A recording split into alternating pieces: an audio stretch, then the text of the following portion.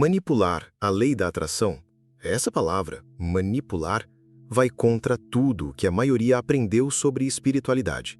Mas a verdade é que a manifestação acontece o tempo todo, quer você saiba ou não. O problema é que, sem consciência, ela se torna caótica.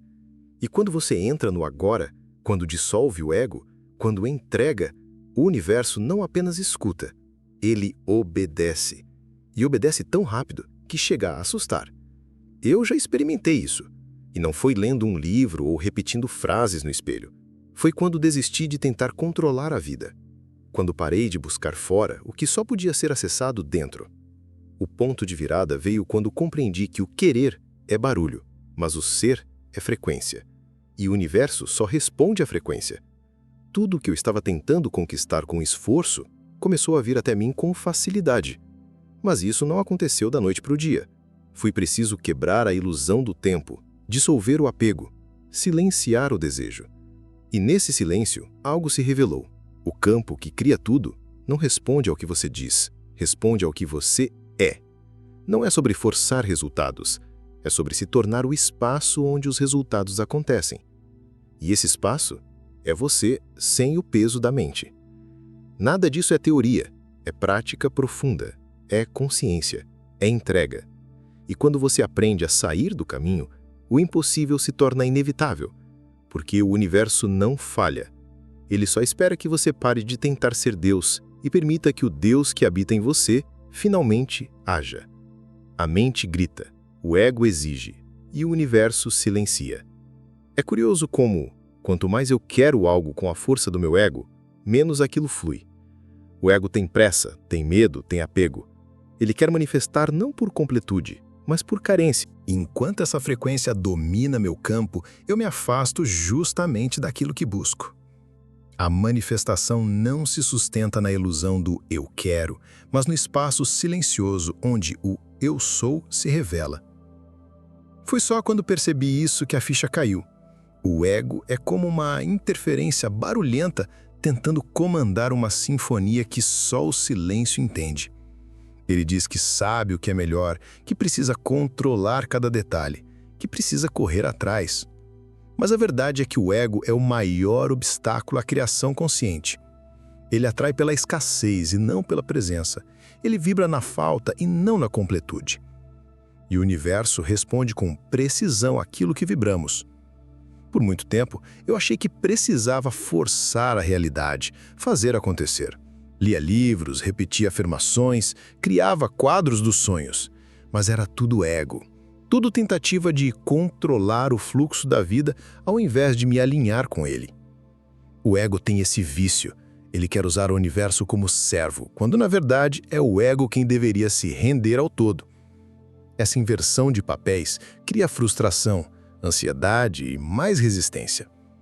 Foi só quando comecei a observar o ego, sem lutar contra ele, que as coisas começaram a mudar. Não porque eu quis que mudassem, mas porque parei de atrapalhar. Existe uma inteligência operando além da mente, mas ela só pode atuar quando o ego silencia. É como abrir espaço em um quarto cheio de móveis inúteis. A presença precisa de espaço, o ego de controle. Os dois não coexistem no mesmo campo. E quanto mais silenciei o ego, mais as sincronicidades surgiram. Pessoas certas, momentos certos, soluções inesperadas. Nada disso veio com esforço, veio com rendição. Porque a manifestação verdadeira não é uma conquista, é uma permissão.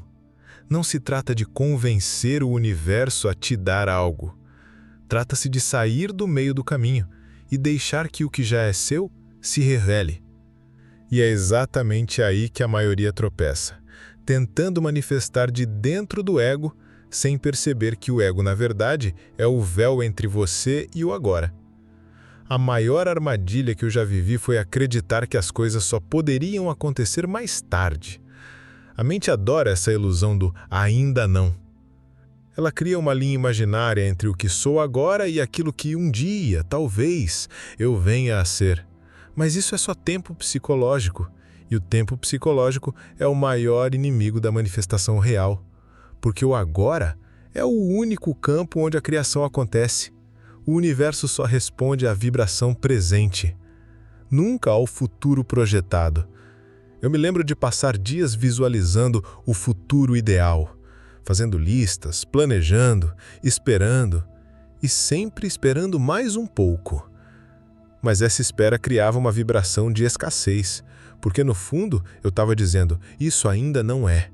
E o universo ouve exatamente isso. Não é. Tudo que vibra em ausência atrai mais ausência.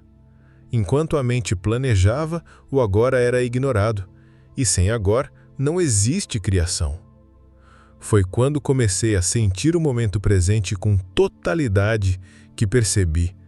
Não preciso de mais tempo. Preciso de mais presença.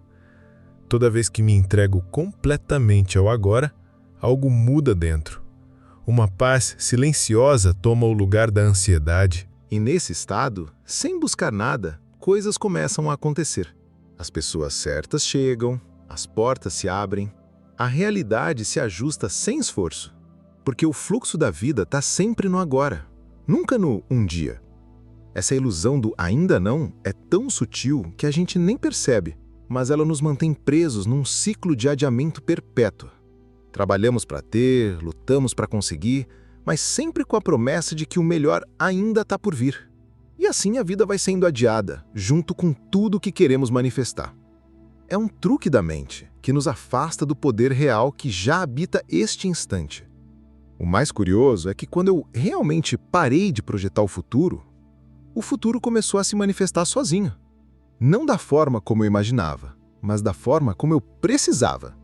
Porque quando você está presente, você está alinhado com a inteligência criadora do todo. E essa inteligência sabe exatamente o que fazer. Ela age com leveza, com fluidez, sem esforço mental, sem tempo psicológico. E é justamente nesse estado que o manifestar deixa de ser um desejo e passa a ser um reflexo natural do seu estado de consciência. Por muito tempo eu achei que o desejo era o motor da criação, que quanto mais eu quisesse algo, mais chances tinha de conseguir. Mas aos poucos fui percebendo um paradoxo silencioso. Quanto mais eu desejava intensamente, mais distante aquilo parecia ficar. Porque o desejo, quando vem carregado de tensão, esconde uma mensagem inconsciente de falta. E o universo não responde ao que dizemos, ele responde ao que sentimos. O querer intenso vem quase sempre do ego. Ele diz, só vou me sentir completo quando isso acontecer. E é aí que nasce a resistência. O desejo cria uma separação entre o agora e aquilo que desejamos. Ele reforça a ideia de que o presente não é suficiente. E ao rejeitar o agora, perdemos o acesso ao campo onde tudo é possível. Queremos tanto o que está por vir que esquecemos de ocupar o que já é. E assim continuamos vibrando no vazio. Eu lembro de desejar certas coisas com tanta força que doía, e essa dor era um sinal claro. Eu estava resistindo. Eu estava afirmando para o universo, mesmo sem perceber, que ainda não era digno, ainda não era suficiente, ainda não tinha. Essa energia de esforço, de carência disfarçada de ambição, me colocava num ciclo de frustração. Quanto mais eu tentava, mais eu me afastava. Foi só quando parei de desejar com desespero e comecei a sentir gratidão por aquilo que já existia que tudo começou a mudar. A gratidão silencia o desejo que grita. Ela não nega o querer, mas dissolve a resistência que o acompanha. Quando você sente que já tem, o universo entende que já pode entregar, porque você saiu da frequência da falta e entrou no campo da abundância. E não se trata de fingir que está tudo bem, é sobre realmente sentir que, mesmo sem aquilo, você já está completo. E dessa completude tudo flui, porque o que vem de um estado de plenitude é leve, é natural, é inevitável. O desejo deixa de ser um pedido desesperado e se transforma numa extensão da consciência presente.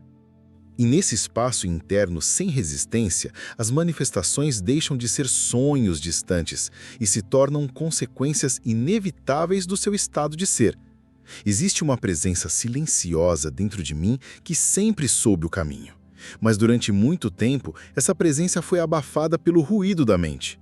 Pensamentos compulsivos, expectativas, medos, desejos. Era como se eu estivesse tentando escutar uma música suave num ambiente cheio de gritos. E quanto mais barulho interior, mais desalinhado meu campo vibracional ficava. A criação consciente não nasce do pensamento, ela nasce do espaço entre eles. Foi no silêncio que comecei a entender o que realmente é vibração. Não é algo que você emite com esforço. É o que você já é quando a mente não está interferindo. Quando eu me sento em silêncio, sem tentar controlar, sem tentar forçar, apenas sendo, algo muda. A energia se reorganiza, a presença se intensifica e o universo sente. Porque nesse estado, você não está mais pedindo, você está permitindo. Esse silêncio não é ausência de som, é ausência de ruído mental. E quanto mais profundo ele se torna, mais nítido fica o alinhamento com o todo. Eu lembro de estar em um retiro, rodeado de natureza, sem celular, sem distrações. Pela primeira vez, eu senti um silêncio que não era vazio, era cheio de vida. E naquele estado, comecei a perceber coisas acontecendo ao meu redor com uma sincronicidade quase absurda. Era como se o universo estivesse sussurrando: agora você pode ouvir. A vibração muda não quando você força, mas quando você se aquieta. Porque tudo que é verdadeiro já está aqui. O problema é que o ego brita tanto que a alma não consegue se expressar.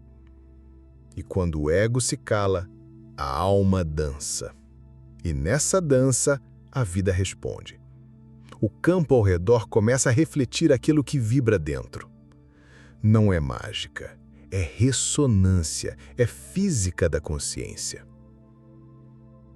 Hoje eu percebo que os maiores saltos que vivi não aconteceram nos momentos de esforço. Aconteceram nos espaços entre um pensamento e outro, na quietude do agora, no intervalo onde tudo é possível. Porque é no silêncio interior que o universo encontra espaço para se manifestar através de você. E quanto mais espaço você oferece, mais naturalmente a realidade começa a se curvar diante da sua vibração.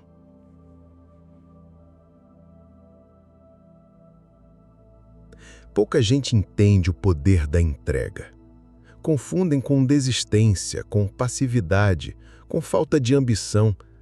Mas, na verdade, a entrega é a mais sofisticada tecnologia de manifestação que existe. Porque enquanto o ego quer controlar todos os resultados, a entrega dissolve o controle e permite que a inteligência universal tome a frente. E essa inteligência silenciosa, sutil e imensamente poderosa sabe exatamente o que fazer. Eu já tentei de tudo para fazer as coisas acontecerem do meu jeito. Planejei, insisti, forcei, e quanto mais forçava, mais me frustrava. Até que um dia eu simplesmente cansei. Me rendi. Não por fraqueza, mas por sabedoria. E foi nesse instante de rendição que tudo começou a fluir.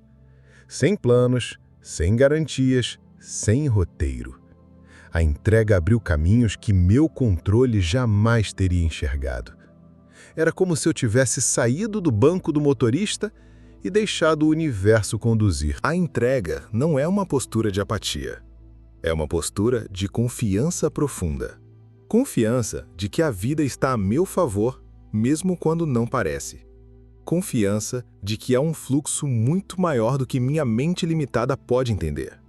E quando essa confiança se torna estado de ser, você entra em alinhamento com esse fluxo. Não precisa mais correr atrás. Você começa a ser levado.